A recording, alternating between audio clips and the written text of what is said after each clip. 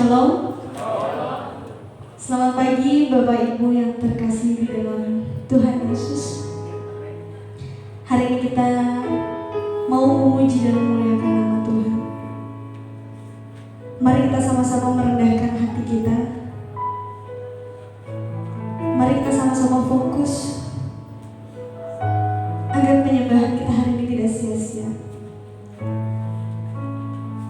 Agar penyembahan kita hari ini menjadi layak dan berkenan kepada Tuhan. Mari kita siapkan hati kita.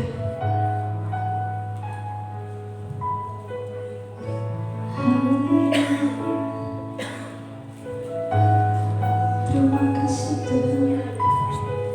Kami datang Tuhan. Kami datang membawa segenap hati kami Yesus. Kami membawa kerinduan kami Yesus. Terima kasih.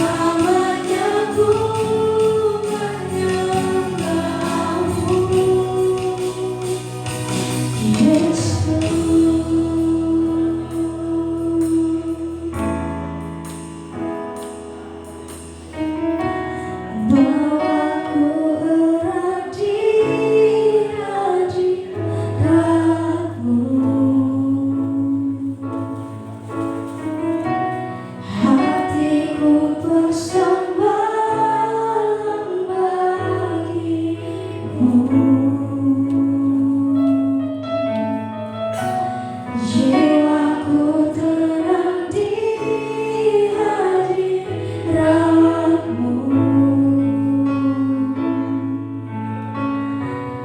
hatiku aman dalam kasih-Mu.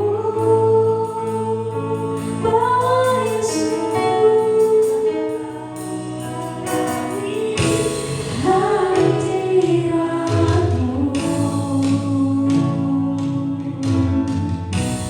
hatiku persembahkan bagimu. Jiwaku tenang di hadiratmu,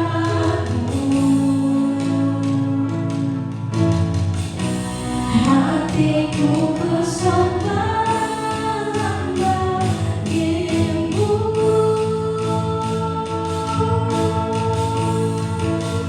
Ku membawa hatiku, hanya Engkau di hidupku, Yesusku yang terindah. Selamanya ku menyembah-Mu. Ku membawa hidupku,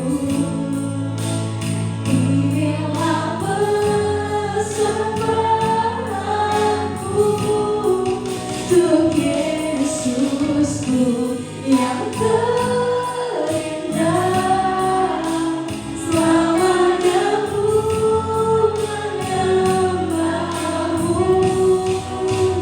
Ku membawa hatiku. Saya ulang lagi di hidupku untuk Yesusku yang terindah. Selamanya ku menyembah-Mu. Ku membawa hatiku, hanya Engkau di hidupku untuk Yesusku yang terindah. Selamanya ku menyembah-Mu. Ku membawa hidupku, inilah persembahanku untuk Yesusku yang terindah. Selamanya ku menyembah-Mu. Kami bawa Tuhan, haleluya. Hanya Engkau di hidupku untuk Yesusku yang terindah. Selamanya ku menyembah-Mu. Ku membawa hidupku, ini persembahan kami Yesus. Yes, haleluya. Untuk Yesusku yang terindah. Selamanya ku menyembah-Mu. Yesus,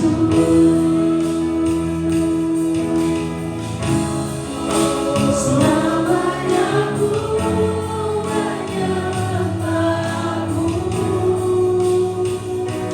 Yesus,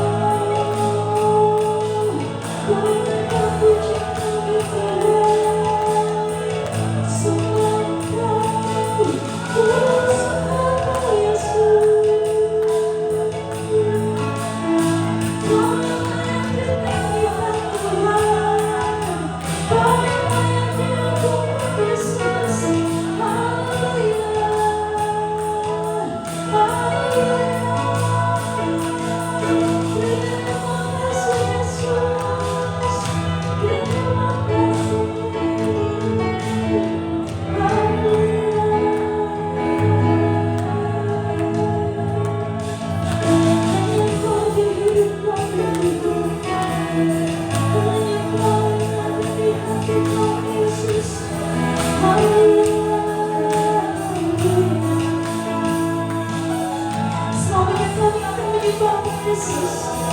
Sampai hidup kami akan terus menyembahmu Yesus. Haleluya.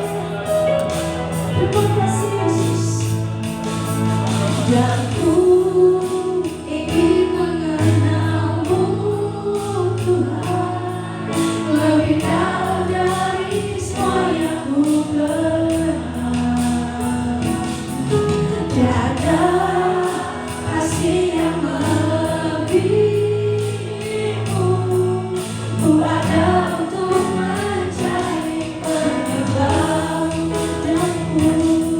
dan ku ingin mengenalmu Tuhan, lebih dalam dari semua yang ku kenal. Tiada kasih yang melebihimu. Ku ada untuk mencari penyebabmu. Bersyukur katakan ingin mengenalmu Tuhan, lebih dalam dari semua yang ku kenal. Tiada kasih yang melebihimu. Ku ada untuk mencari penyebabmu. Sekali lagi. Dan ku ingin mengenalmu Tuhan, lebih dalam dari semua yang ku kenal. Tiada kasih yang melebihimu. Ku ada untuk mencari penyebabmu. Dan ku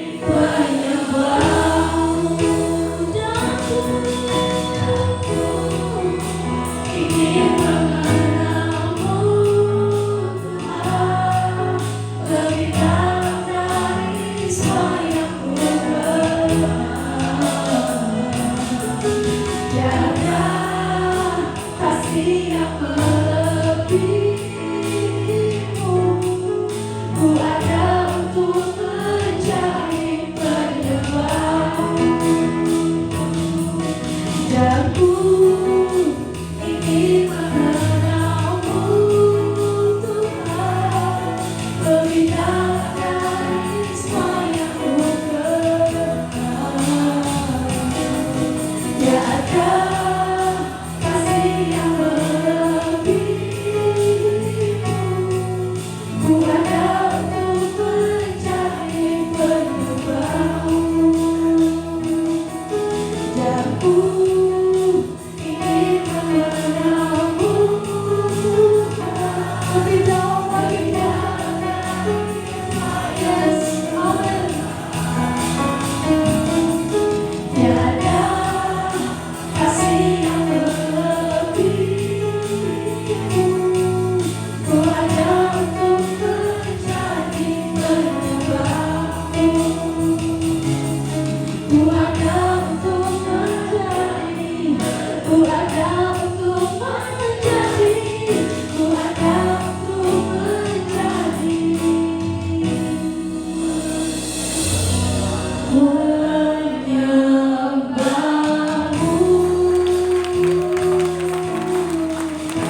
Beri kemuliaan yang terbaik bagi Tuhan Yesus. Yes, haleluya. Yes, praise God, haleluya. Saya undang teman-teman untuk membuka kita dalam doa. Umatmu binasa karena mereka tidak memiliki pengenalan yang dalam terhadap Engkau Tuhan. Umatmu binasa karena mereka tidak memahami siapa Engkau Tuhan. Mereka sepertinya berbakti, tapi sebenarnya mereka tidak berbakti dan tidak menyembah kepada Allah yang benar. Itulah sebabnya hari ini kami ingin mengenal Engkau lebih dalam lagi. Dan pengenalan akan Tuhan yang Maha Kudus itu menjadi hikmat bagi kami, itu menjadi sumber kekuatan kami, itu menjadi berkat bagi kami semuanya Tuhan. Kami tidak ingin kebinasaan menimpa kami, tapi kami ingin hidup itu mengejar kami dan bersama-sama dengan kami. Bapa, kami persembahkan seluruh totalitas hidup kami, bukan hanya di hari Minggu hari, tapi setiap hari kami ingin memuji, beribadah dan berbakti kepada Engkau, menaikkan syukur kami kepada Engkau. Itulah sebabnya Bapa, kami ingin hadirat-Mu ada di tengah kami, Roh Kudus ada di tengah kami, pengurapan-Mu ada di tengah kami, dan supaya kami tidak memuji Engkau dengan daging kami saja, tapi dengan roh dari Tuhan. Seperti Zakaria berkata, bukan karena gagah dan kuat kami, tetapi oleh karena roh Tuhan yang bekerja di tengah-tengah kami. Dan kami meteraikan ibadah ini jadi di dalam nama Allah Bapa, Allah Anak, Allah Roh Kudus, di dalam nama Tuhan Yesus Kristus Allah kami, yang mati bagi kami, yang bangkit bagi kami, penebus, dan menjanjikan kepada kami semua kerajaan surga Tuhan. Terima kasih. Kami naikkan doa kami dalam nama Tuhan Yesus Kristus. Kami berdoa. Haleluya. Amin. Luar biasa. Masih ada semangatnya? Allah kita adalah Allah yang heran. Allah kita Allah yang hebat. Setuju? Cuaca akhir-akhir ini boleh dingin, tapi jangan sampai sikap kita ke Tuhan ikut-ikut dingin. Mari kita mau menyerukan nama Tuhan. Siap? Serukan nama Yesus.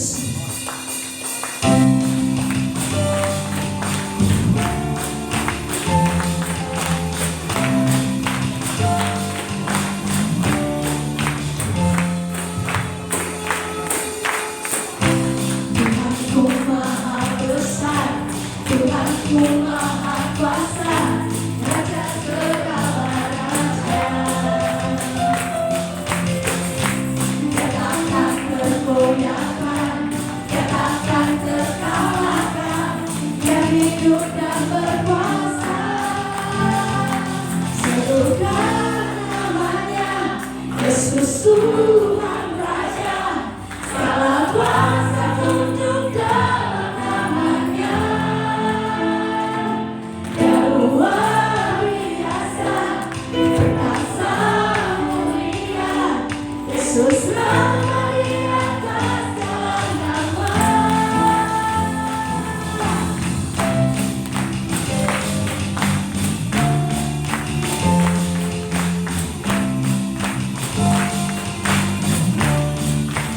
Tuhanku, Tuhanku Maha Besar, Tuhanku Maha Kuasa, Raja segala raja.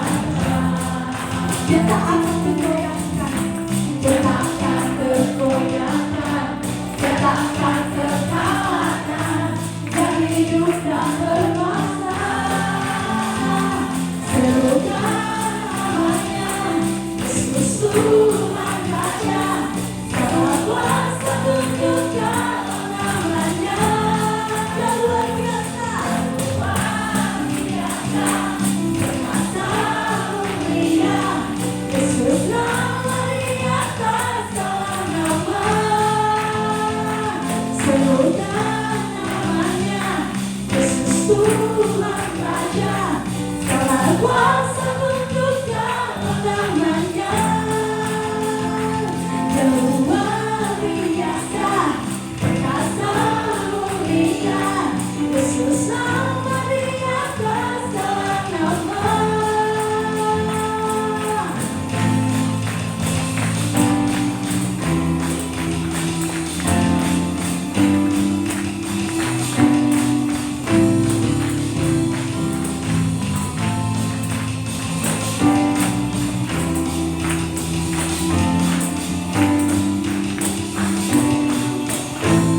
Sama-sama kita katakan.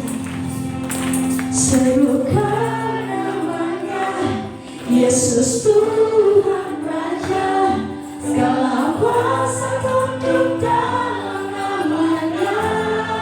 Dia yang luar biasa, perkasa mulia, Yesus nama di atas segala nama. Serukan namanya, Yesus Tuhan Raja, segala kuasa tunduk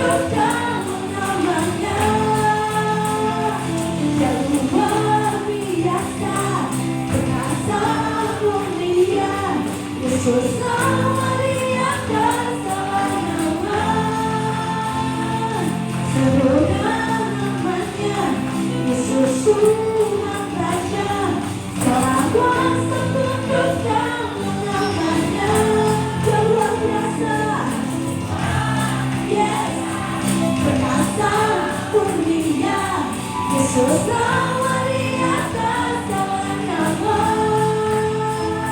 bersama di atas segala nama, bersama di atas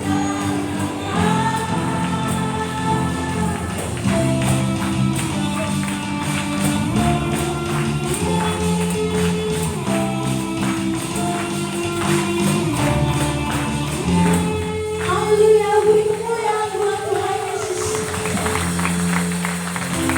Silakan duduk Bapak Ibu. Sebentar kita akan mendengarkan kebenaran firman Tuhan.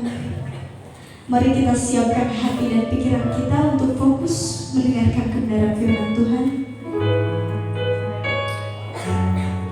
Perjalanan hidup kita memang tidak selalu mulus, karena kita melewati jalan yang tidak rata. Seringkali Tuhan mengizinkan kita untuk melewati banyak percobaan. Namun kita selalu yakin bahwa penyertaan Tuhan ada dalam hidup kita. Semua kemampuan kita melewati banyak persoalan bukan karena kekuatan kita, melainkan karena Tuhan. Sama-sama kita naikkan pujian. Penyertaan-Mu Tuhan, segalanya bagiku. Hadir-Mu Yesus di hidupku, terutama bagiku. Penyertaan-Mu Tuhan, segalanya bagiku. Hadir-Mu di hidupku, terutama bagiku.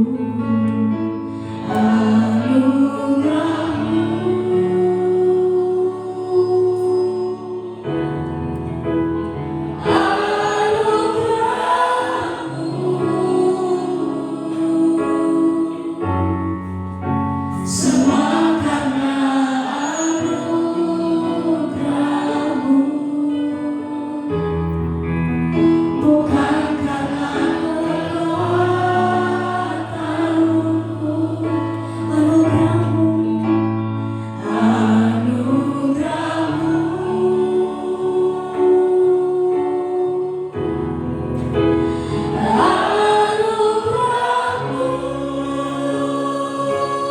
Tuhan,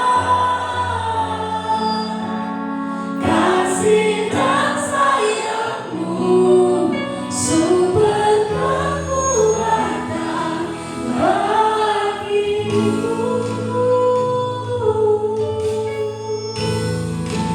Penyertaan-Mu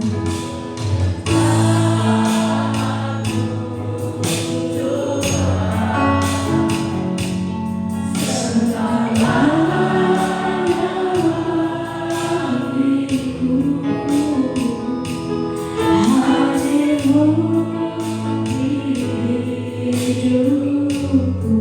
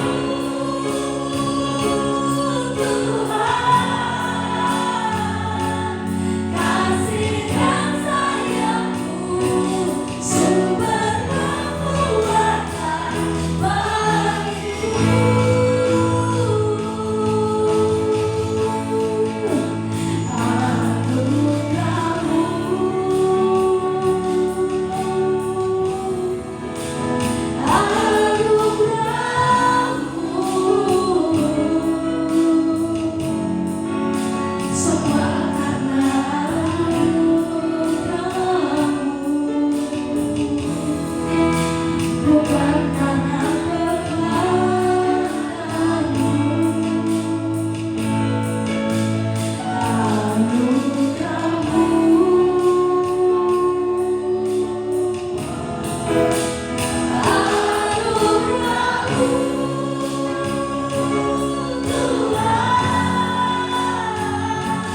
kasih dan sayangmu, sumber kekuatan bagiku.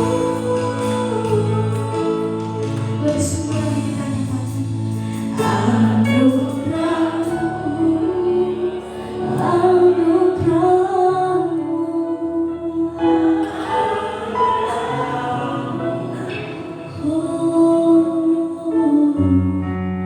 semua karena anugerahmu, bukan karena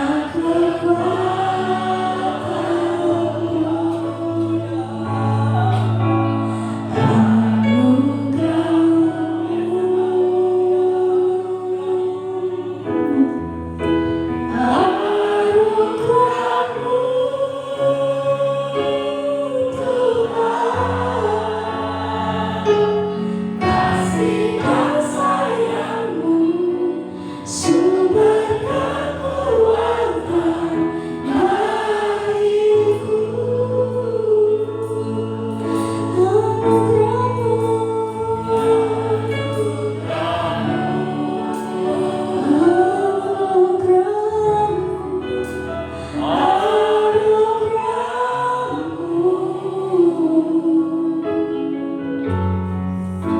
Semua karena anugerahmu, bukan karena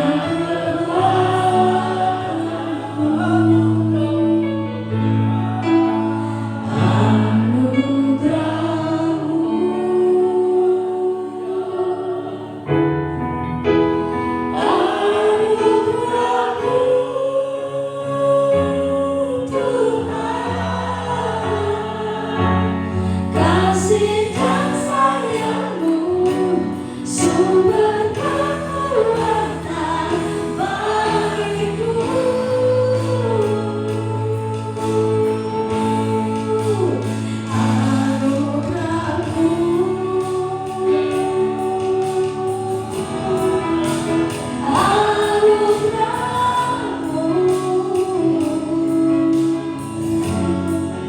Semua karena anugerahmu, bukan karena kekuatanmu.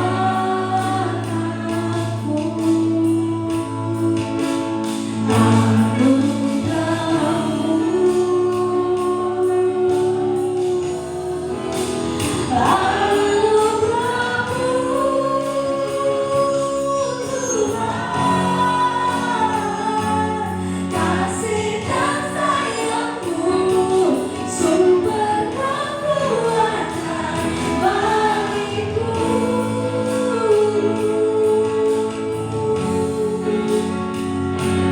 Kasih dan sayangmu, sumber kekuatan bagiku.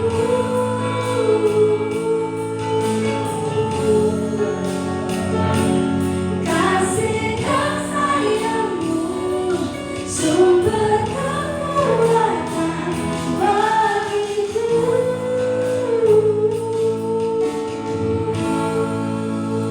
Pada hamba yang sedih,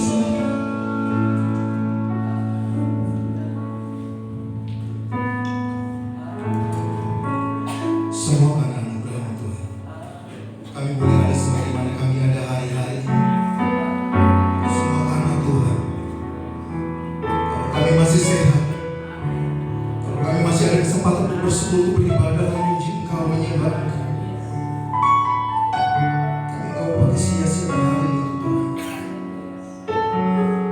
Ampuni setiap dosa dan pelanggaran kami ya Tuhan.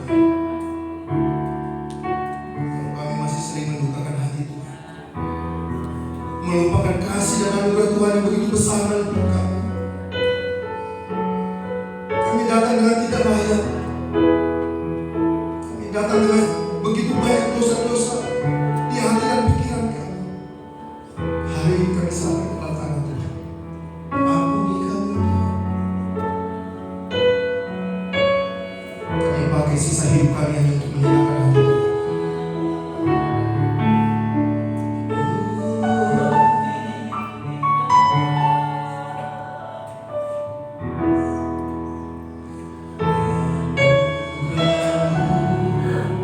Semua karena anugerah-Mu Tuhan.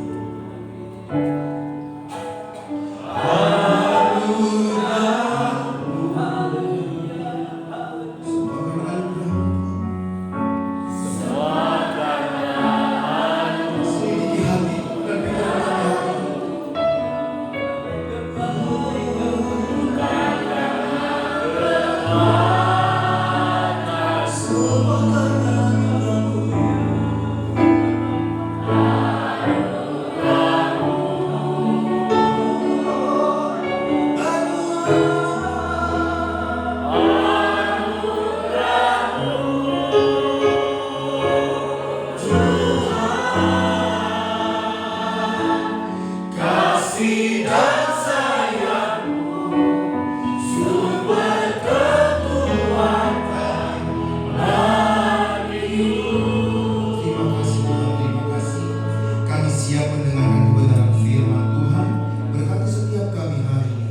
Demi Allah yang Tuhan kami Yesus Kristus, kita yang siap mendengar firman Tuhan, kita bersama-sama katakan amin. Haleluya. Boleh beri tepuk tangan buat Tuhan yang paling mulia. Haleluya. Ya, shalom saudara yang dikasih Tuhan, apa kabar? Baik ya, semua sehat ya. Saya selalu berdoa biar kita selalu sehat, ada dalam perlindungan Tuhan ya. Banyak yang sakit, banyak yang terbaring di rumah sakit, banyak yang di opname. Tapi kalau hari ini kita sehat, biar itu kita pakai untuk kemuliaan bagi nama Tuhan. Amin. Iya saudara yang dikasih Tuhan, kita akan lanjutkan. Hari ini adalah sesi terakhir dari khotbah seri saya yang saya sudah mulai 4 bulan lalu.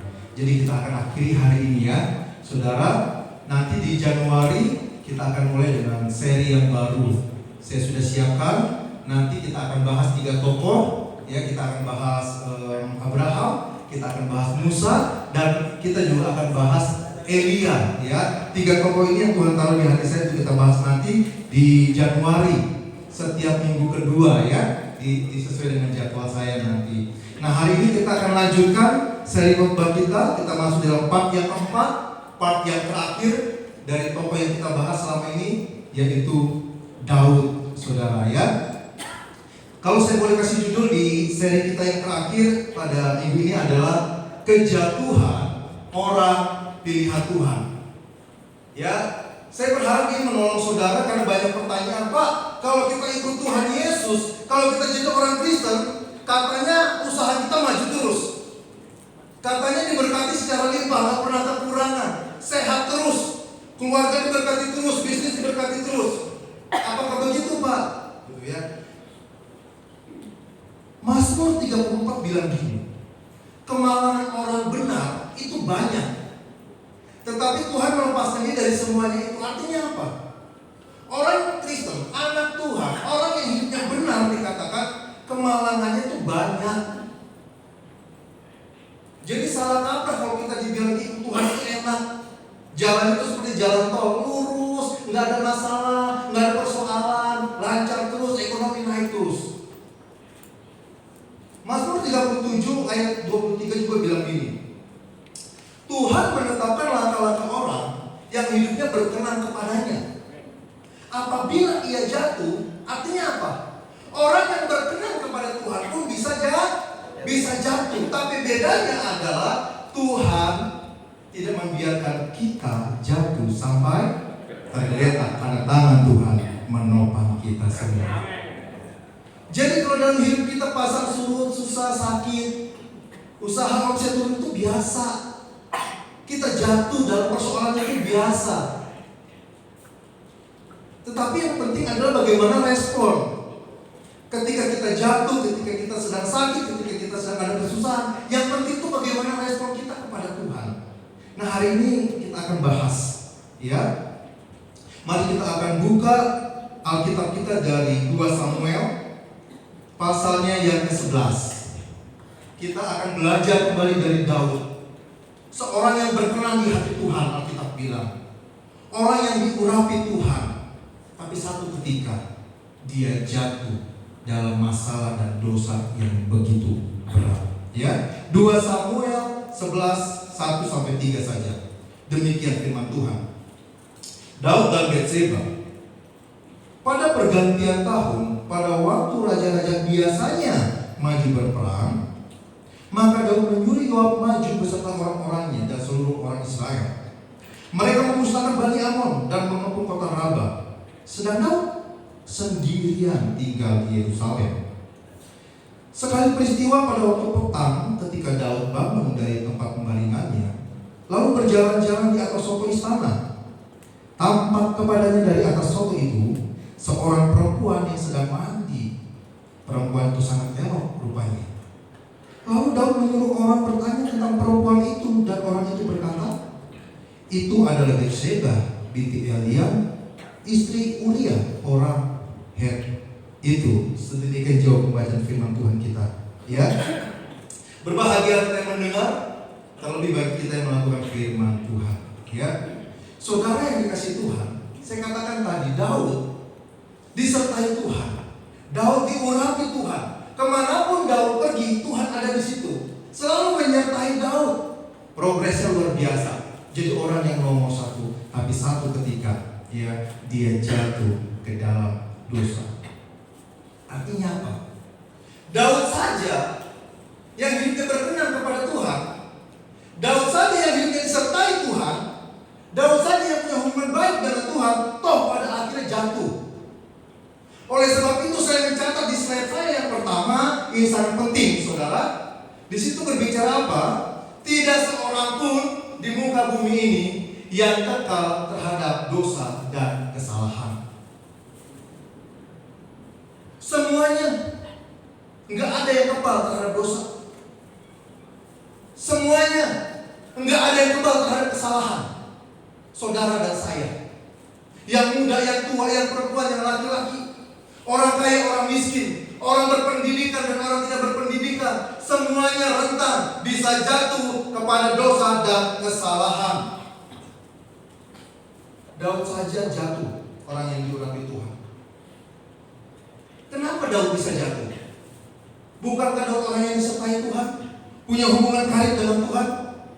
Saya mencatat ada 2 hal penyebab kejatuhan Daud. Ya, di dalam ayatnya yang pertama, kalau kita perhatikan, ya, dari pasalnya yang ke-11 tadi, di situ berkata begini. Pada pergantian tahun, pada waktu biasanya raja-raja maju berperang, jadi biasanya pergantian tahun semua raja ikut berperang. Tapi dikatakan di situ Daud tinggal di Yerusalem. Jadi yang pertama, kenapa Daud bisa jatuh di dalam dosa? Kenapa Daud yang hubungannya karib dengan Tuhan bisa jatuh di dalam kesalahan? Yang pertama saya mencatat, karena Daud tidak berjaga-jaga, sehingga Daud menjadi lemah. Kita tahu Daud adalah orang yang disertai Tuhan. Daud yang hidupnya dekat dengan Tuhan, disertai Tuhan siang dan malam. Oleh karena Daud disertai Tuhan, Daud mengalami kemenangan-kemenangan, keberhasilan demi keberhasilan, akhirnya sukses. Kita tahu ceritanya, kita sudah bahas dari part 1, part 2, part 3. Daud seorang yang bukan siapa-siapa, hanya penggembala kambing, hanya penggembala domba. Seorang yang umurnya masih belasan tahun, dipakai, dipilih Tuhan, diurapi dan disertai Tuhan. Oleh karena penyertaan itu, Daud mengalami kemenangan demi kemenangan, peperangan demi peperangan, Daud menangkan, saudara. Sampai pada akhirnya Daud ketemu masalah yang besar, raksasa besar. Semua orang berkata mustahil Daud bisa menang, mustahil Daud bisa sukses. Tapi nyatanya karena penyertaan Tuhan, Daud bisa mengalahkan Goliat. Dan kita juga tahu bagaimana Daud harus pergi lari menjadi buronan karena mau dibunuh oleh Saul. Di dalam keadaan yang berat itu, Tuhan tidak pernah meninggalkan Daud. Daud hidupnya berkemenangan. Dalam keadaan susah, tidur di goa, Daud selalu berhubungan dengan Tuhan. Banyak menulis syair Dia memuji dan memuliakan nama Tuhan. Artinya apa? Punya hubungan yang dekat. Berdoa, mengandalkan Tuhan, memuji Tuhan. Sampai akhirnya Daud menjadi besar. Daud yang kecil itu menjadi Daud yang besar. Menjadi pemimpin pucuk bagi umat Tuhan. Memimpin bangsa Israel. Tapi ketika dia sudah ada di atas, dia merasa semua pergumulannya beres. Tidak ada satu kerajaan yang bisa mengalahkan dia. Ekonominya udah mapan, punya kedudukan, punya pangkat, pemimpin pucuk, dihormati banyak orang. Semua yang pada takut dengan dia. Dia mulai kendor. Dia mulai kendor bersekutu dengan Tuhan. Dia mulai kendor beribadah kepada Tuhan. Dia mulai kendor untuk memuji Tuhan. Coba kita lihat di dalam ayat yang kedua di situ, saudara. Sekali peristiwa pada waktu petang. Kapan itu petang? Sore jam berapa? Jam 3 ke bawah. Ya, pada waktu petang ketika Daud bangun dari tempat pembaringannya. Baru bangun tidur jam 3, Daud ngapain aja? Berleha-leha. Santai. Dia tidak pikirkan Yoab yang memimpin pasukan perang. Dia akan berkata, tenang, aku akan menang. Karena selama ini masalah beres. Yoab berpengalaman, saya berpengalaman. Tuhan beserta dengan saya. Selama ini saya sukses, tidak ada yang bisa mengalahkan saya. Jadi Daud merasa nyaman. Dia merasa tenang, gak perlu saya turun tangan. Yoab saja. Saya di rumah tidur sampai petang, saudara. Dia kendor karena kenyamanannya. Dia kendor karena keamanannya. Oleh sebab itu saya mencatat di slide, jangan kendor persekutuan. Amin. Jangan pernah kendor berdoa, saudara. Jangan pernah kendor untuk memuji Tuhan. Ya, saudara pernah dengar cerita ilustrasi monyet yang ada di pohon kelapa? Suatu ketika ada monyet sedang santai-santai di pohon kelapa. Waktu santai-santai di pohon kelapa, datang 3 angin. Ada angin ribut, angin puting beliung, sama angin sepoi-sepoi. 3 angin ini berjalan berkeliling, tiba-tiba ketemu monyet. Ada monyet lagi santai. Mulai jahil nih angin. Siapa di antara kita bertiga yang bisa bikin monyet itu jatuh ke bawah, dia pemenangnya. Lalu angin topan, saya dulu. Angin topan berhembus dengan kuat. Ketika angin topan itu berhembus, si monyet pegangan sama dahan pohon kelapa kuat-kuat. Melihat monyet berpegangan kuat-kuat, angin enggak mau kalah, ditiup lagi lebih kencang. Tambah kencang lagi ke monyet pegangan. Akhirnya nyerahlah itu angin. Udah, monyet tenaganya kuat banget pegangannya. Kamu payah, kata angin puting beliung. Lihat saya. Angin puting beliung mulai berembus, muter, mendekati si monyet. Si monyet ketakutan, dia pegangan kuat-kuat sama dahan pohon kelapa itu kuat-kuat. Makin kencang itu angin, makin kencang itu monyet pegangan. Kalah angin puting beliung. Angin sepoi-sepoi banyak. Lihat saya. Angin sepoi-sepoi mulai berembus. Monyet yang tadinya pegangannya itu kencang mulai kendor. Si monyet mulai menikmati nikmatnya angin sepoi-sepoi. Mulai dilepas pegangannya, mulai bersandar, matanya mulai layap-layap sudah tidur jatuh. Apa yang kita dapat dari ilustrasi ini? Masalah, beban berat yang dulu dialami oleh Daud membuat Daud begitu erat dengan Tuhan. Mungkin saudara seorang pedagang, pebisnis, atau bahkan pelayan Tuhan. Bagaimana rasanya ketika saudara mulai merintis usaha? Bagaimana rasanya ketika saudara mulai merintis bisnis di awal? Memulai merintis pelayanan di awal. Berlutut, nangis darah. Kenapa? Berat cobaannya, berat masalahnya ketika kita mulai merintis segala sesuatu. Tapi seiring berjalannya waktu, perintisan kita lihat mulai berkembang. Bisnis kita mulai berkembang. Pelayanan kita mulai berkembang. Usaha kita mulai maju. Kita merasa udah sukses saya, sudah nyaman saya. Banyak orang kendor dan dan jatuh di situ. Itu yang pertama. Daud kendor, Daud lengah. Dan yang kedua, apa yang membuat Daud pada akhirnya jatuh dalam kesalahan dan dosa? Yang kedua, karena Daud membuka celah kepada dosa. Ya, di dalam ayatnya yang kedua, saudara. Ya, kita perhatikan lagi. Setelah dia bangun tidur, apa yang dilakukan? Dia jalan-jalan di atas soto istana, saudara. Ya, nampak kepadanya dari atas soto itu seorang perempuan yang sedang mandi. Perempuan itu elok rupanya. Ya, yang kedua, yang pertama tadi Daud tidak berjaga-jaga, dan yang kedua Daud membuka celah terhadap dosa. Awalnya, ketika Daud bangun tidur, Daud mulai jalan-jalan. Nggak sengaja nengok ke jendela, ada cewek.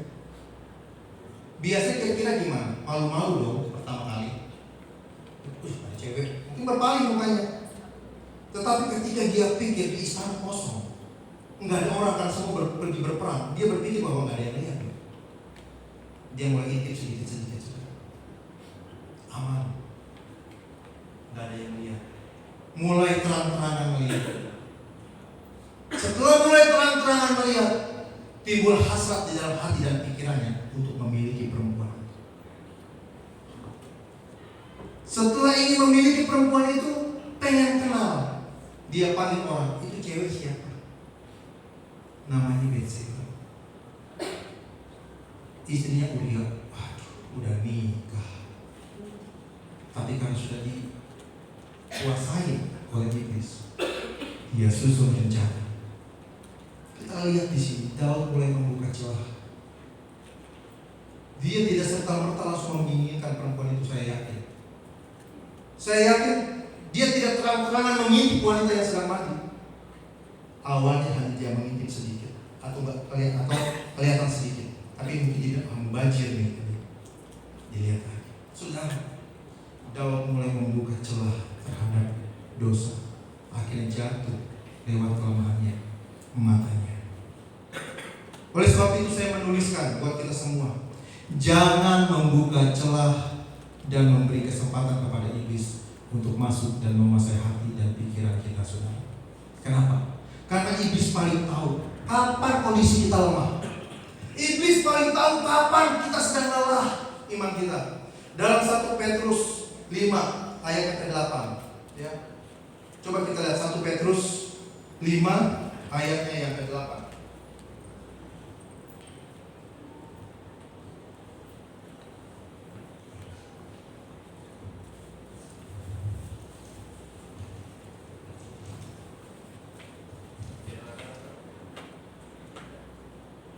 Sadarlah dan berjaga-jagalah. Lawan musuh iblis berjalan berkeliling, sama seperti singa yang mengaum-ngaum dan mencari orang yang dapat ditelannya. Hati-hati. Iblis seperti singa yang mengaum-ngaum mencari mangsa yang dapat ditelannya. Jadi dia paling tahu kapan dia akan menerkam kita. Iblis tahu kapan dia masuk ke dalam hati dan pikiran kita saat kita sedang lemah, saat kita sedang tidak berjaga-jaga, saat kita membuka dosa di dalam hidup kita sekecil apapun. Ya, ada banyak orang lemah saat dia sedang terluka. Ada banyak orang lemah saat dia sedang merasa kecewa. Ada orang merasa lemah imannya karena dia sedang ada kepahitan di dalam hatinya. Makanya dia akan berkata ketika orang sedang susah, lemah, saat orang sedang sakit hati, kecewa, dia akan berkata, aku gak mau lagi pelayanan, aku gak mau lagi berdoa, aku gak mau lagi ke gereja, aku kecewa sama gembala, aku mau pergi dari gereja ini. Tapi ada juga orang yang jatuh dalam dosa dan kesalahan justru ketika dia ada di dalam zona nyaman dia, dalam zona aman dia, seperti yang sedang dialami oleh Daud. Ketika dia merasa hidupnya sudah aman, ketika dia sudah merasa hidup sudah nyaman, semua sudah tercover dengan baik, Daud mulai jatuh. Slide selanjutnya, hati-hati terhadap dosa kecil, karena dosa kecil akan membuat kita melakukan dosa yang besar.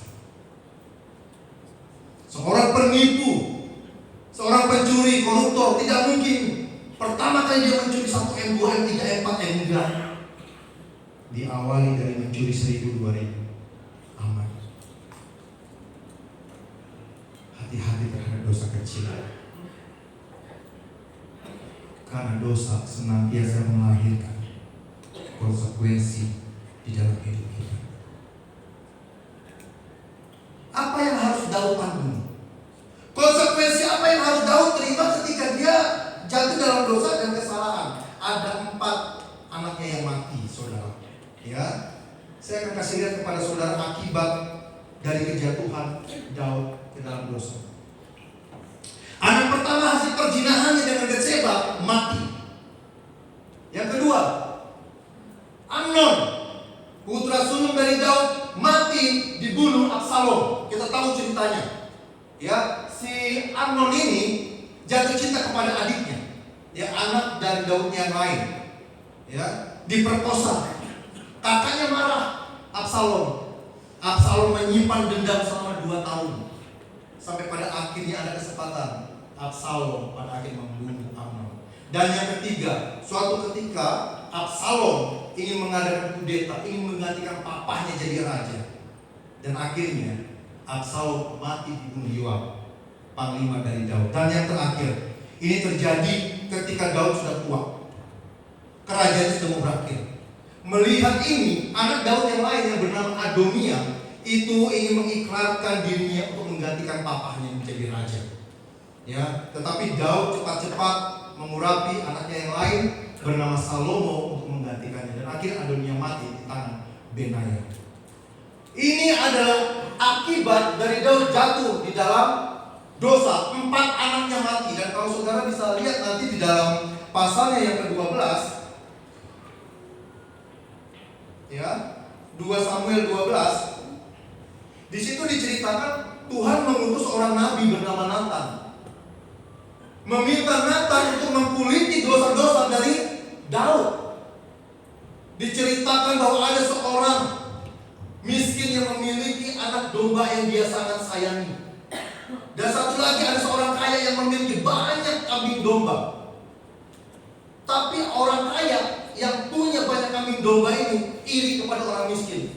Akhirnya apa? Domba orang miskin yang satu-satunya itu diambil. Nathan bertanya, apa hukuman bagi orang kaya ini? Mati. Dan apa yang sudah dirampas oleh orang kaya ini harus dikembalikan kepada orang miskin 4 kali lipat. Inilah yang terjadi kepada hidup Daud. Daud membunuh Uria dan mengambil istrinya. Daud berkata apa? Orang ini harus mati dan harus diganti 4 kali lipat. Dan Daud menggantinya. 1 nyawa Uria diganti 4 nyawa anaknya. Dosa selalu melahirkan konsekuensi, saudara. Ada akibat yang harus ditanggung dari dosa. Hati-hati ya terhadap dosa. Jangan sampai kita jatuh dalam dosa. 4 anak dari Daud mati. 1 nyawa dibayar oleh 4 nyawa. Sekali lagi saudara, semua orang punya potensi untuk jatuh dalam dosa. Semua orang punya potensi jatuh dalam kesalahan. Semua. Daud saja seorang pemimpin pucuk dari umat Tuhan, seorang yang paling rohani di kalangan umat Tuhan, jatuh dalam dosa dan kesalahan. Semua orang punya potensi berdosa dan salah. Salah dalam berpikir, salah dalam berkata-kata, salah dalam bertindak, salah dalam bersikap. Tapi ironisnya saudara, ada banyak orang berani melakukan kesalahan, berani melakukan dosa, tetapi sedikit yang mau mengakui kesalahan dan dosanya. Untuk kita bisa berani mengakui salah, untuk bisa kita mengakui dosa, diperlukan respon yang benar. Orang yang tidak pernah mau mengakui salah dan dosanya adalah orang-orang yang tidak punya respon yang benar terhadap apa yang sudah dia lakukan. Saya mencatat ada 2 respon yang salah ketika ada orang yang tidak mau mengakui kesalahan dan dosanya. Yang pertama, orang yang tidak berani mengakui kesalahannya, orang yang tidak berani mengakui dosa-dosanya adalah orang yang menganggap dirinya paling benar. Orang yang menganggap dirinya paling suci, paling hebat. Orang yang menganggap dosa dan kesalahannya adalah sebagai sesuatu yang benar. Kenapa bisa begitu? Kebebalan hati, sehingga mati rasa. Tidak ada rasa bersalah saat melakukan kesalahan. Misalnya ada seorang bapak pulang ke rumah, selesai kerja, dilihat di meja makan ada sayur asem gitu, lalu dimakan. Dia rasa kok gak enak, kurang garam, marah, panggil istrinya, "Hai kamu perempuan sini, kenapa masakan gak enak begini? Kamu bisa masak enggak? Kamu di rumah ngapain aja? Dasar perempuan gak tahu diri, makanya belajar masak." Istrinya masuk kamar dan menangis. Dia kecewa dengan omongan suaminya. Hatinya merasa sakit karena perlakuan dan tindakan dan perkataan dari suaminya. Menangis di kamar. Lalu suaminya masuk ke kamar, dia lihat istrinya sedang nangis. "Kenapa kamu nangis?" "Cengeng, gitu aja nangis." Kira-kira gimana perasaan si istri? Tambah terluka enggak? Tambah sakit enggak? Dia sudah sakiti hati istrinya, dia sudah lukai hati istrinya, malah ditambah cengeng kamu. Gitu aja nangis. Suami ini tidak menyadari bahwa kata-kata yang sudah melukai. Suami ini tidak menyadari bahwa perlakuan sudah menyakiti hati istrinya.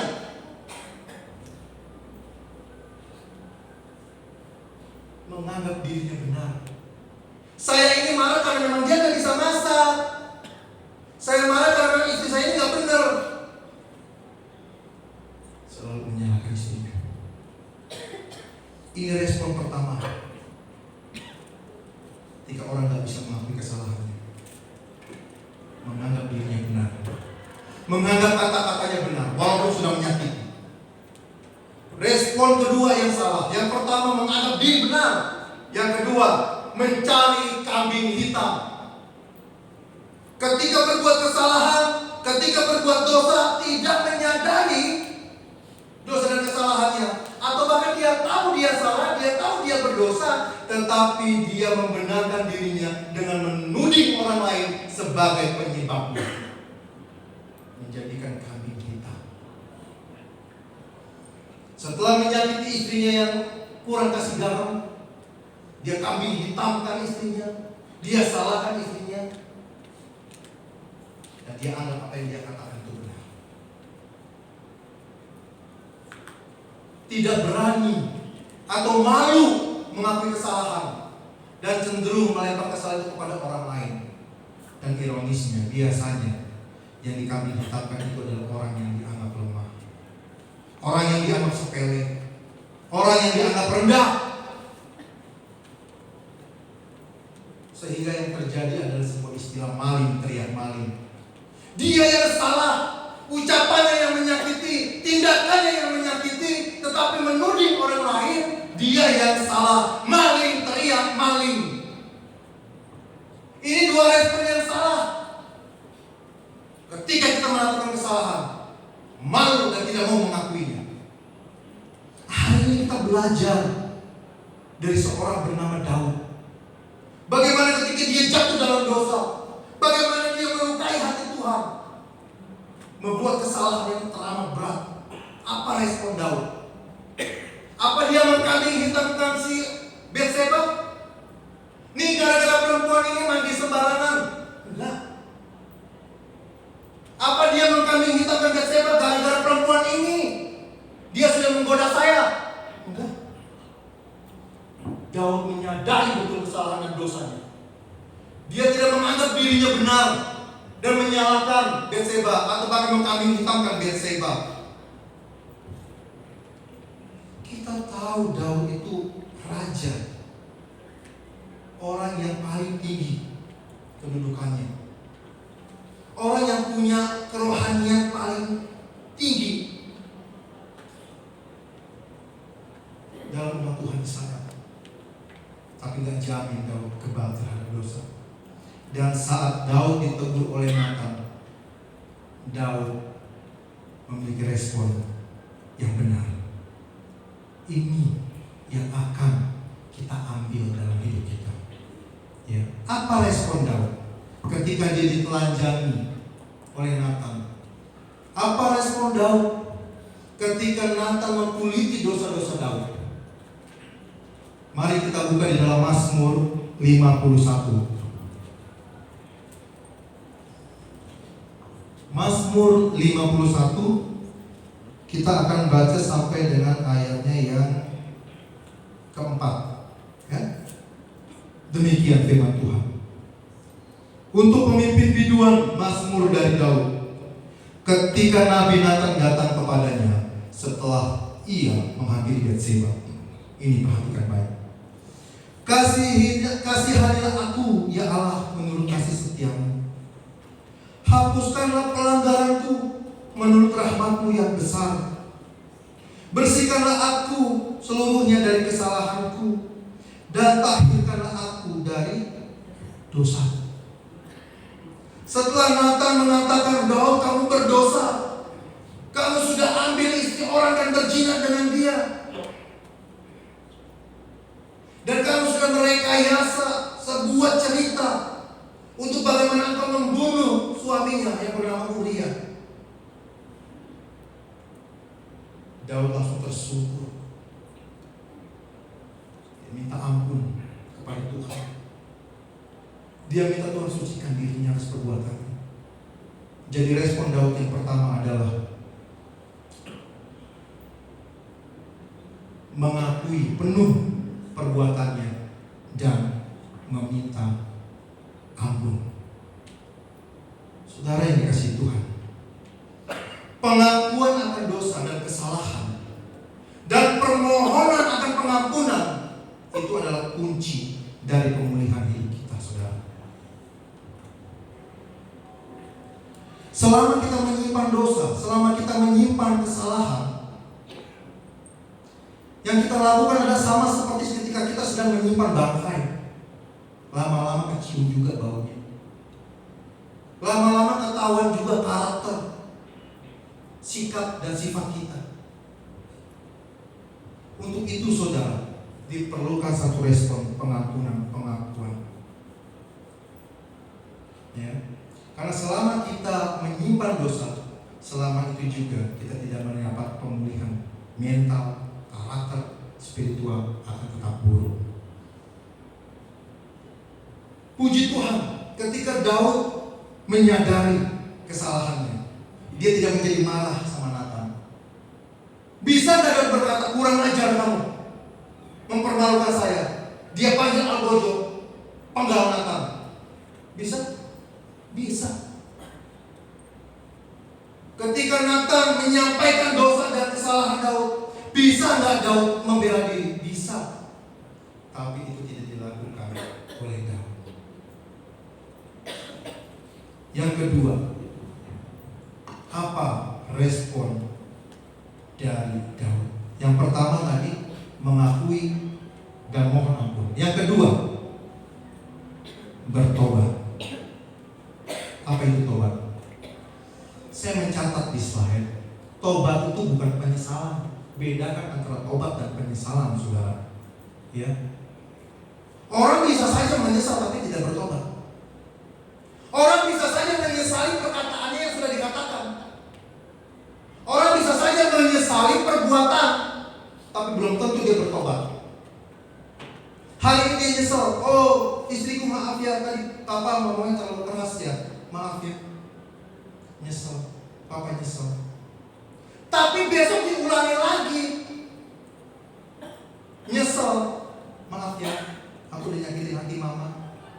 Besok diulangi lagi, itu penyesalan.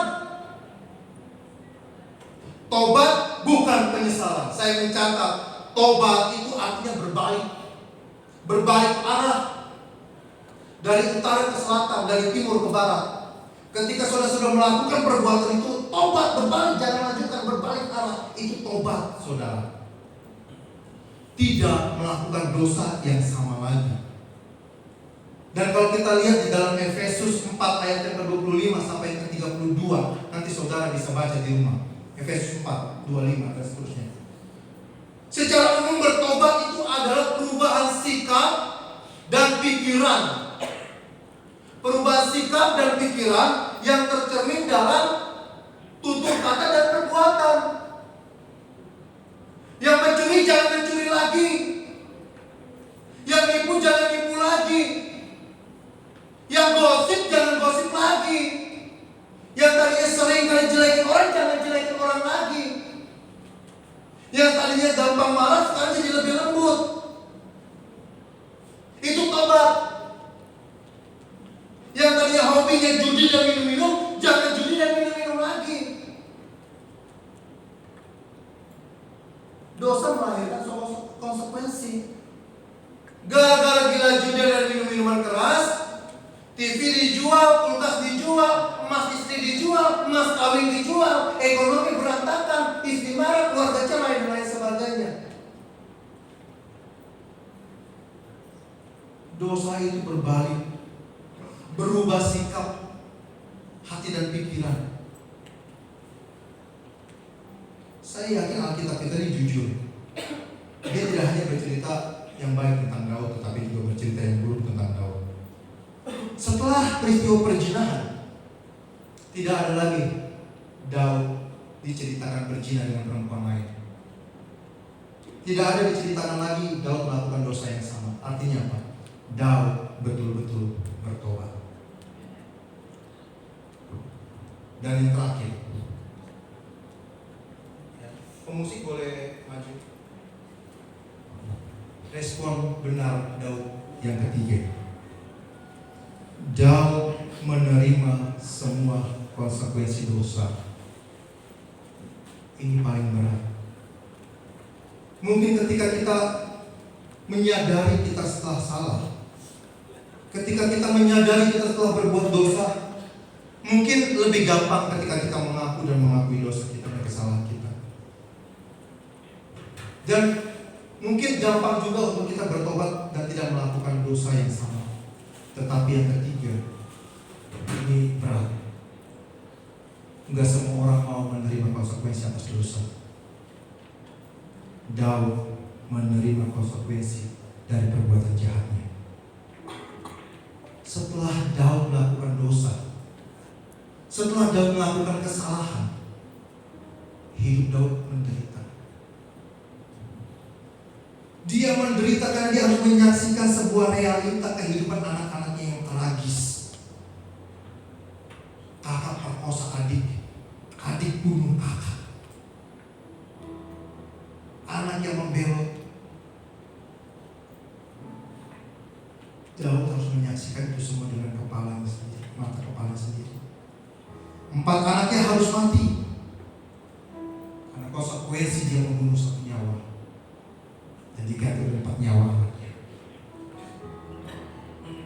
Ketika Daud merasakan mengalami itu semua, Daud gak nyalahin Tuhan. Daud gak marah sama Tuhan. Daud tidak merasa dia mendapat satu hal yang adil. Banyak orang mengalami konsekuensi atas dosa. Kenapa kau tahu sakit penyakit di hatiku? Kenapa kau tahu sakit penyakit dalam diriku, dalam tubuh? Kau gak adil. Kenapa harta bendaku ludes, aku jatuh miskin? Dia tidak menyadari kehidupan yang lalu, bahwa itu adalah konsekuensi dari perbuatan dosa. Tapi Daud, semuanya dia terima. Sepahit apapun konsekuensi yang dia harus tanggung, dia telan itu bulan-bulan. Dan saudara tahu, karena sikap dan respon benar Daud inilah, Daud tidak dibuang Tuhan. Daud tetap dikasihi Tuhan. Daud tetap bisa menerima kasih dan anugerah Tuhan. Tuhan tidak meninggalkan Daud, dan Tuhan tetap pakai garis keturunan Daud untuk sebuah karya penyelamatan lewat Yesus Kristus. Yesus Kristus itu lahir dari garis keturunan Daud. Bagaimana dengan kita? Seringkali ada banyak orang berani untuk melakukan dosa, berani untuk melakukan kesalahan, tapi nggak mau terima konsekuensi dari kesalahan dan dosa. Tapi berita baiknya, kalau kita berani untuk menerima setiap konsekuensi kita, Tuhan tidak akan pernah meninggalkan kita. Kasih karunia tetap ada. Berkat Tuhan akan tetap tersedia bagi saudara. Tuhan itu setia dan adil, kita berkata. Kalau kita mengaku dosa kita, Dia adalah Allah yang setia dan adil. Setia apa? Setia mengampuni dosa. Seburuk apapun dosa saudara, semerah apapun dosa saudara, merah seperti darah atau permisi, pengampunan, pengakuan, pertobatan akan membuat dosanya menjadi putih seperti bulu domba. Tuhan gak lihat apa dosa, seberat apa dosa saudara dan saya. Tuhan hanya melihat respon kita. Percayalah, Dia Allah yang setia, yang mau mengampuni setiap dosa dan pelanggaran kita. Tapi Alkitab juga bilang, selain Dia Allah yang setia, Dia adalah Allah yang adil. Setiap kesalahan pasti ada konsekuensi. Tapi sekali lagi, konsekuensi dosa yang harus kita terima, mungkin sakit penyakit,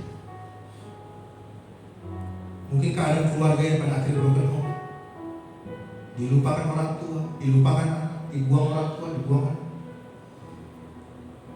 Tidak akan pernah menghilangkan kasih karunia, karena Dia adalah Allah yang setia. Amin. Kita tundukkan kepala. Ini setiap kami Tuhan, setiap kami. Ampuni setiap dosa pelanggaran kami. Saya mengundang saudara pribadi dan mas pribadi berdoa secara pribadi kepada Tuhan. Ini aku Tuhan, dengan segala dosa dan kesalahan di masa lalu kami, di mana hari-hari ini aku harus menanggung konsekuensi atas dosa. Pertama, aku ingin minta ampun kepada Tuhan. Ampuni setiap dosa dan pelanggaran.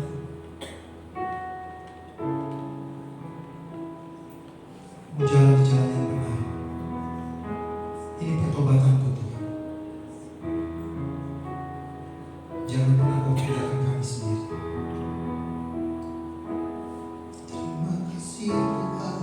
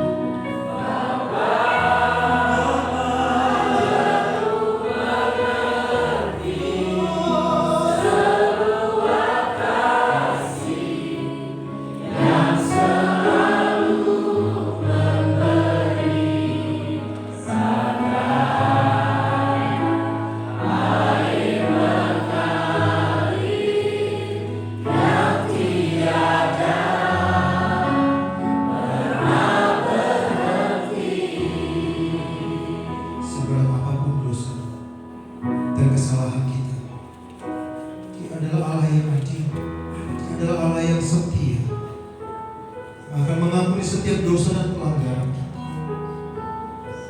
Tidak peduli seberat apapun, tidak peduli sekelam apapun, atau bahkan merah seperti apapun. Ketika kita mengaku setiap kesalahan dan dosa, Tuhan akan ampuni. Kasih karunia berkat tidak akan hilang dalam hidup. Setiap kami Tuhan, ubah hati kami, ubah hati kami jadi baru. Kami mau tinggalkan dosa kami.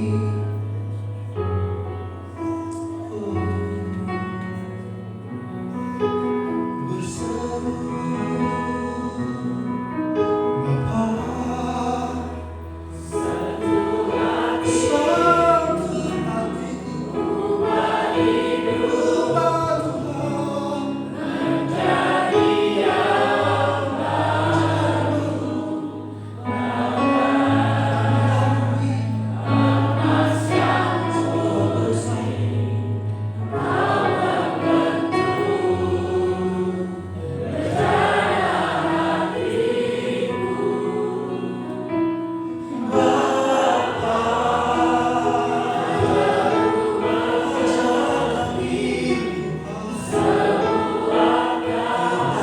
yang bersih,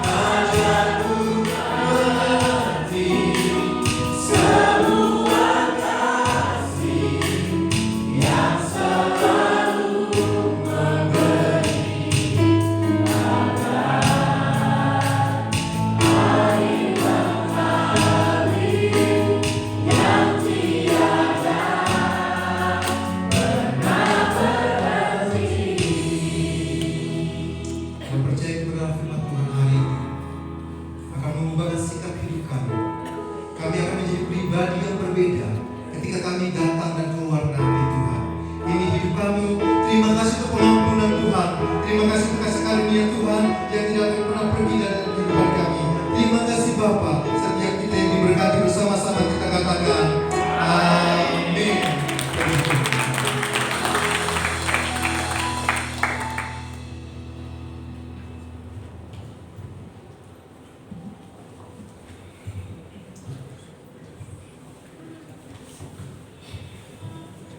Puji Tuhan, Bapak Ibu terberkati oleh kebenaran firman Tuhan.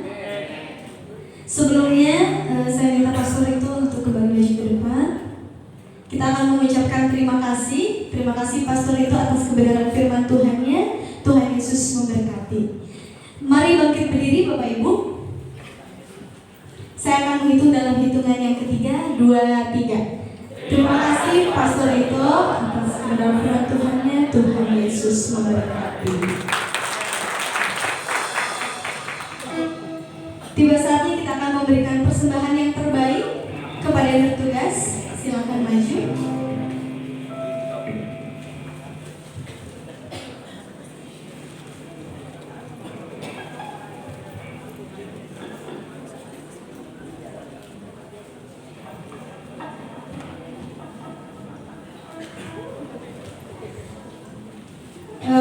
Saya minta Ibu Lita akan membawa kita di dalam doa. Kembali kami bersyukur Tuhan, terima kasih dengan pertolongan Tuhan kami dimampukan untuk melakukan sebentar kami memberikan persembahan, mohon berkati persembahan ini Bapak, sucikan dengan kuasa nama-Mu. Memberkati setiap kami, memberkati tangan-tangan yang akan memberi maupun yang sempat memberi. Memberkati setiap tangan-tangan yang mengelola persembahan ini Bapak. Terima kasih Bapak, terima kasih. Dalam nama Tuhan Yesus kami siap memberi. Haleluya. Amin. Mari kita beri yang terbaik untuk Tuhan.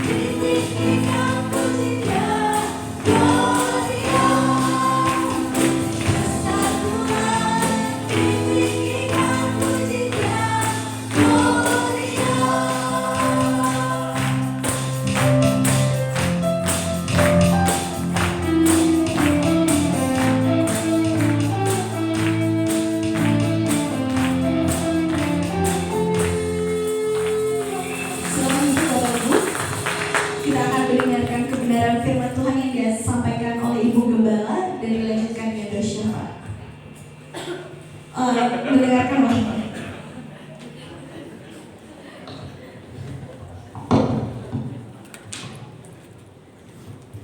Maklum WL baru ya.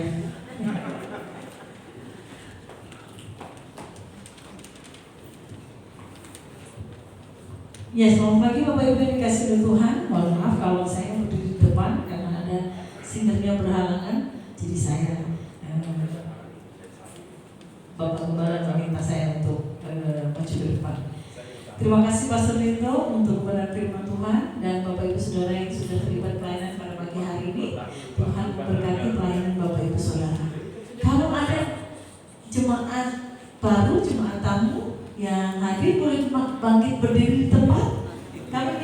sukacita. kasih Donatane. Ada beberapa, ada di depan ini. Ya. Terima kasih untuk kehadirannya Bapak Ibu. Ada di belakang, ada di tengah. Kami bersukacita kalau kebetulan di puncak atau yang berdomisili di puncak, silakan bisa bergabung beribadah bersama dengan kami di minggu-minggu yang akan datang. Ya Bapak Ibu yang dikasih oleh Tuhan, untuk beberapa hari ini kita akan masuk di ibadah dan perayaan Natal kita di hari Kamis tanggal 14 Desember 2023 jam 5 sore. Jadi semua kegiatan sementara ini di-off-kan untuk fokus kepada latihan-latihan baik itu tim pelayanan Natal maupun setiap departemen. Dan Bapak Ibu, hari ini ada kegiatan montekan dan juga ada latihan paduan suara kaum wanita setelah ibadah ini, ya. Kemudian hari ini juga ada undangan perayaan Natal di Gereja Kristus Pos Cipanas jam 6 sore, ya, di GKC belakang STT, ya, jam 6. Dan bersamaan dengan itu ada Natal juga di GBI Telaga Biru jam 5, ya. Perwakilannya ada di sini. Ada di sini. Ada kakek, ya.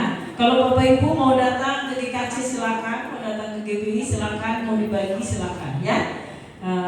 Untuk bisa menikmati Natal bersama. Kemudian mengingatkan kembali Bapak Ibu, kita dress code-nya hari Kamis itu biru, ya. Silakan dipersiapkan untuk baju birunya. Kemudian dalam acara Natal nanti Bapak Ibu yang dikasih oleh Tuhan, silakan Bapak Ibu mengajak teman, kerabat, saudara, keluarga, siapa saja untuk bisa menikmati kemeriahan Natal kita. Ya, Bapak Ibu bisa kirimkan pesan melalui WA, undangan melalui WA, atau kalau Bapak Ibu ingin menyampaikan pesan undangan secara fisik, ada tersedia undangan di meja tamu, ya. Bapak Ibu bisa ambil dan bisa bagikan kepada teman dan saudara-saudara kita yang lain. Kemudian Bapak Ibu, kita mulai ada regenerasi untuk pemimpin pujian. Jadi mohon dimaklumi kalau mungkin masih ada kekurangan-kekurangan, ya. Hari ini saudari Abel baru pertama kali pimpin pujian di depan. Minggu depan juga akan ada WL baru. Jadi kita dukung. Kalau kita nggak mulai, kita nggak coba, mereka tidak akan talenta mereka tidak akan terlihat, tidak akan ternikmati. Jadi minggu depan juga akan dipimpin oleh WL baru. Dan bagi Bapak Ibu yang mungkin terbeban untuk ikut terlibat pelayanan, silakan hubungi saya atau hubungi Pastor Bian, ya. Selamat ulang tahun buat Bapak Ibu Saudara yang berulang tahun di bulan ini, khususnya di minggu ini, ya Bapak Ibu. Ada Saudara Yuel Erpandi, kemudian ada Bapak Tulus Yanipar. Bapak Tulusnya ada? Ya ada, ya. Kemudian ada Saudara Alvin Eka Putra. Alvin ini ada, sedang terbang ke Bali. Ada? Wah, kok ada? Aduh, si ganteng ada. Saya suka panggil dia si ganteng. Selamat ulang tahun Alvin, yang keberapa Alvin? 17? Oh, 26, ya. Kemudian hari ini diundang makan di rumah masing-masing Ibu Rina Susanti. Ibu Santi, selamat ulang tahun. Ya. Oke, cukup itu saja yang ulang tahun di minggu ini. Minggu depan nanti ada lagi ya. Kemudian ada satu lagi Bapak Ibu yang ingin saya sampaikan. Ada titipan pesan dari guru sekolah minggu. Bentar ya. Anak-anak hari ini dibagikan kaos warna biru muda. Jadi guru sekolah minggu berharap orang tua untuk ingat itu akan dipakai penampilan tampilan anak sekolah minggu di Natal tanggal 14 Desember ya. Anak-anak sekolah minggu dibagi kaos seragam biru muda oleh guru sekolah minggu. Ada lagi tambahan dari Bapak Gembala? Tidak ada. Oh iya, untuk jemaat tamu yang hadir, mungkin jangan pulang dulu, nanti Bapak Gembala akan ada doa. Baik, itu saja. Kalau tidak ada pemimpin doa syafaat, Ibu Bapak Soka, mari silakan. Bapak Soka.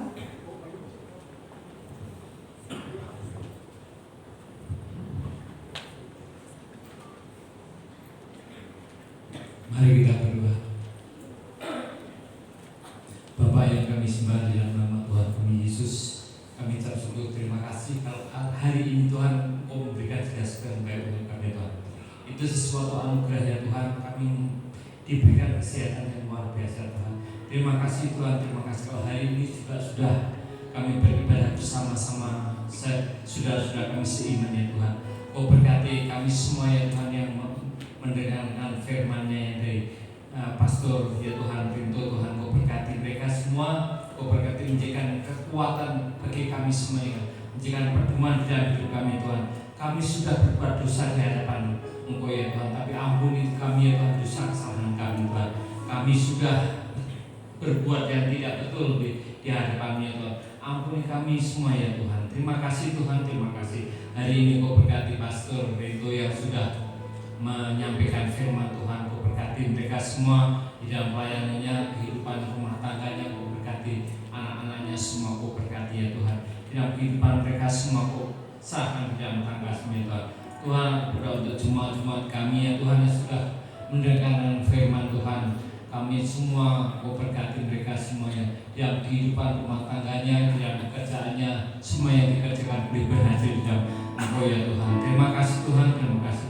Aku berdoa Pak Johannes hambanya Tuhan, berkati mereka di dalam pelayanannya, kehidupan rumah tangganya, Kau berkati anak-anaknya Tuhan. Semua kami serahkan di dalam tangan yang memberikan segala sesuatu yang baik untuk kami semua ya Tuhan. Terima kasih Tuhan, terima kasih. Aku berdoa untuk bangsa negara kami, dari pemimpin tertinggi sampai serendah-rendahnya. Kau berkati bangsa kami ya Tuhan. Bangsa kami akan memilih pemimpin yang baik ya Tuhan. Kau berkati ya Tuhan. Semua itu atas anugerah-Mu ya Tuhan, kehendak-Mu yang terjadi ya Tuhan. Bukan kehendak manusia Tuhan, tapi kami semua, kami percaya, kami yakin Tuhan memberikan pemimpin yang terbaik untuk bangsa kami ya Tuhan. Terima kasih Tuhan, terima kasih. Aku berdoa untuk Kota Cipanas yang kami cintai Tuhan. Kau berkati Kota Cipanas dan Kabupaten Cianjur sekitarnya Tuhan. Kau berkati semua ya Tuhan. Rencana-rencana sesuatu yang tidak betul ya Tuhan di Kota Cipanas ini kami patahkan di dalam nama Tuhan kami Yesus. Kami percayakan semua ini dalam tangan Tuhan. Aku berdoa untuk donatur yang sudah membantu gereja kami Tuhan. Kau berkati mereka kesehatannya yang luar biasa dan usahanya. Kau berkati mereka semua ya Tuhan. Terima kasih Tuhan. Aku berdoa untuk hotel Illuminating Tuhan. Kau berkati ya Tuhan. Para owner, para manajer, para karyawan, sesuatunya Kau berkati mereka semua ya Tuhan. Terima kasih Tuhan. Terima kasih. Aku berdoa untuk saudara-saudara kami yang sedang sakit, yang tidak hadir pada hari ini. Kau berkati mereka semua ya Tuhan. Semua ini kami tidak tahu ya Tuhan permasalahan hidup mereka ya Tuhan. Tapi kami percaya, kami yakin Tuhan memberikan sesuatu kekuatan yang baik ya Tuhan. Terima kasih Tuhan. Aku berdoa untuk saudara-saudara kami yang sedang sakit Tuhan. Kau tirik satu persatu, pelawat satu persatu Tuhan mereka ya Tuhan. Kesembuhkan sesuatu yang Kau baik ya Tuhan. Terima kasih Tuhan, terima kasih. Inilah doa syafaat kami yang kami naikkan di dalam tangan kasih-Mu. Di dalam nama Tuhan kami Yesus kami minta syukur, haleluya, amin. Mari keluarga yang kasih Tuhan, kita berdiri bersama. Kasih karunia yang tidak pernah beranjak dalam hidup kami. Itu yang memastikan kami menikmati pengampunan demi pengampunan. Kasih karunia untuk terus-menerus melihat dan menyertai kami. Itulah sebabnya kami menikmati berkat demi berkat yang datang dari Tuhan. Tapi kami tidak mau berdiam diri terus-menerus dalam dosa-dosa kami.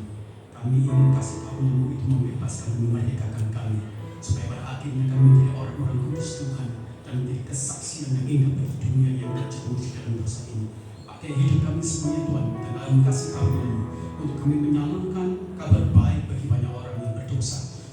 menikmati kelepasan dan kemerdekaan sama seperti kami dimerdekakan oleh Sang Anak, yaitu tunggal dari Bapa kami di surga, yaitu Tuhan Yesus Kristus. Terima kasih Tuhan. Akhirnya keluarga yang kasih dalam Tuhan, angkatlah kedua tanganmu, arahkanlah hatimu, arahkanlah pikiran dan rohmu kepada Bapa kita di surga yang atasnya mengalirkan berkat-berkat rohani dan jasmani. Kasih sayang dari Allah Bapa kita lewat anak Tuhan Yesus Kristus yang telah mati di atas kayu salib, menebus segala dosa dan kutuk kita semuanya, serta persentuhan dengan Roh Kudus yang menguduskan kita dari hari ke hari, sehingga kita tidak bercacat lagi hadapannya, menjadi mempelai Kristus yang siap menghampiri dan menghadap dari kemenangan yang sejati, yaitu Yesus Kristus. Itulah sebabnya Tuhan memberkati keluargamu, Tuhan memberkati suamimu, Tuhan memberkati istrimu, Tuhan memberkati anak-anakmu, Tuhan memberkati usahamu. Apa saja yang dikerjakan oleh kedua tanganmu diberkati oleh Tuhan.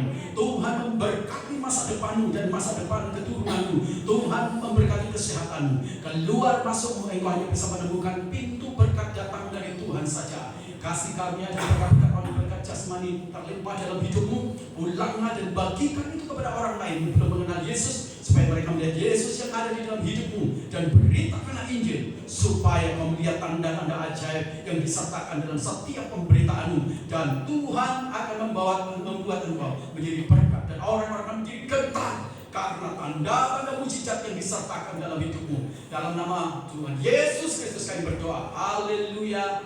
Amin.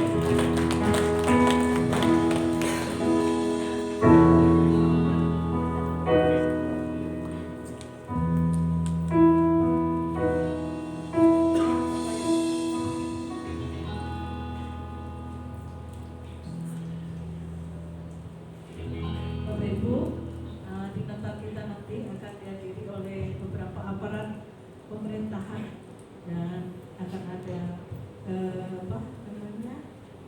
bingkisan untuk mereka, dan bingkisan itu sudah dipersiapkan oleh Bunda Yuli untuk beberapa aparat pemerintahan yang akan hadir, dan kemudian untuk door prize dari Ibu Linawati itu akan dikirimkan besok sejumlah 8 barang elektronik.